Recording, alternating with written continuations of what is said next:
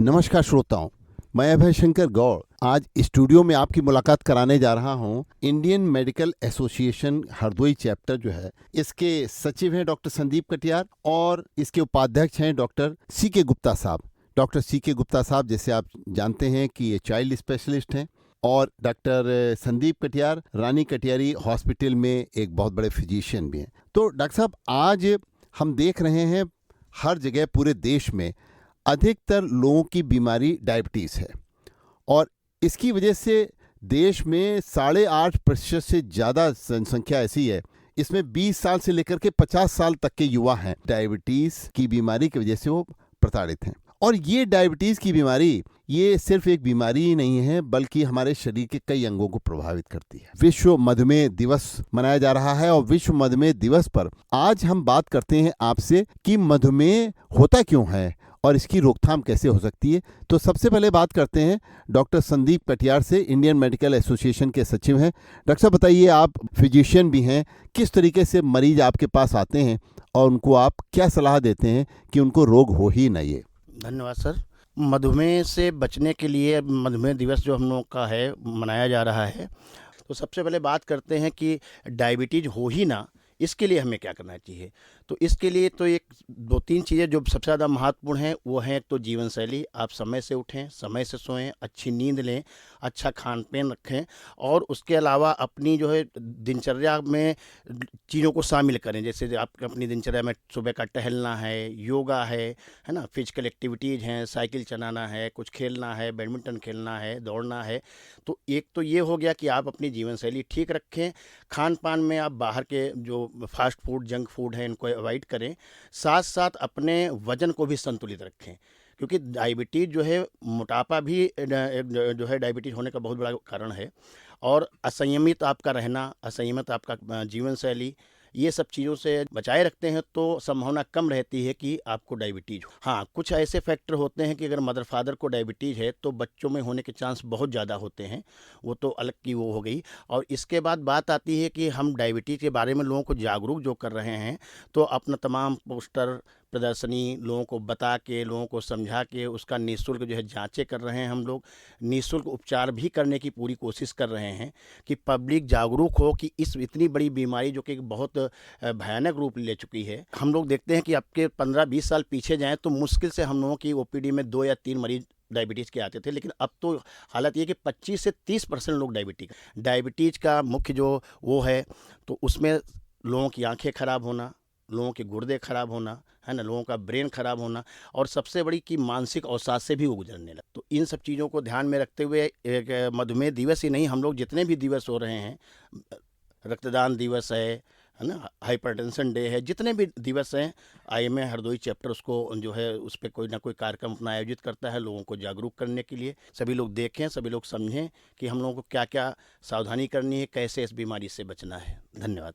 तो डॉक्टर साहब से आपने जैसे बताया कि आज युवा से लेकर के प्रौढ़ तक इस बीमारी के, और जैसा कि आपने बताया कि आहार, व्यवहार और व्यायाम 3 चीज़ें बहुत आवश्यक हैं अपने को डायबिटीज़, मधुमेह के रोग से बचने के लिए। तो हमारे साथ इस समय हैं चाइल्ड स्पेशलिस्ट हरदोई के बच्चा रोग विशेषज्ञ डॉक्टर सी के गुप्ता जी।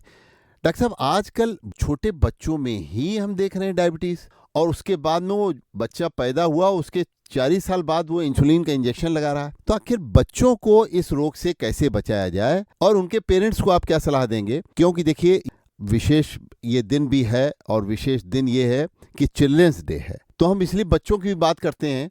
आइए, बच्चों के स्वास्थ्य में मधुमेह के रोग को लेकर के हम कैसे आगे क्या रणनीति बना सकते हैं जिससे कि बच्चे इस बीमारी से अपने को बचे रहें। बहुत बहुत धन्यवाद। पहले तो मैं रेडियो 90.4 एफएम को धन्यवाद करना चाहूँगा कि उन्होंने इतनी जागरूकता का विषय चुना और इंडियन मेडिकल एसोसिएशन की हरदोई शाखा को मौका दिया अपनी बात कहने का। और जैसे कि जो है अभय शंकर गौड़ जी ने कहा कि इंडियन मेडिकल एसोसिएशन न केवल अपने डॉक्टरों की देखभाल के लिए तत्पर रहता है, और साथ में इनकी एक मुख्य उद्देश्य ये भी है कि जनता को जागरूक किया जाए और उनकी कुछ सेवा भी की जाए, जिससे कि उनका स्वास्थ्य, उनकी दिनचर्या, उनका लाइफस्टाइल इम्प्रूव हो सके।